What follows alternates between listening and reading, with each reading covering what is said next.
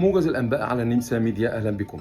تكبدت أسواق الأسهم النمساوية خسائر فادحة بعد التصعيد التجاري بين أمريكا والصين، فيما دعا حزب الحرية النمساوي إلى تشكيل لجنة تحقيق برلمانية حول الدولة العميقة في وزارة الداخلية.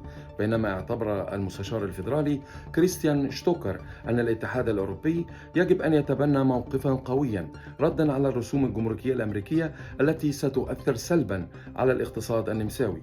من جهة أخرى، كشفت تحقيقات عن روابط بين جماعة الانفصاليين السكسونيين والتطرف في النمسا، وفي فيينا أيضا تكررت محاولة اختطاف الأطفال، ما دفع الشرطة للتحقيق. كما انتقدت هيئة الشكاوى النمساوية حظر المساعدة على الانتحار في دور الرعاية، بينما ارتفعت الشكاوى ضد شركات التوصيل والاتصالات عام 2024.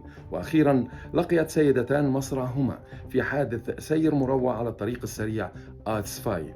وبعد النشرة مباشرة ألتقي حضراتكم وقراءتنا الإخبارية الأسبوعية للأسبوع الرابع عشر لعام 2025. نهاية الموجز، إلى اللقاء.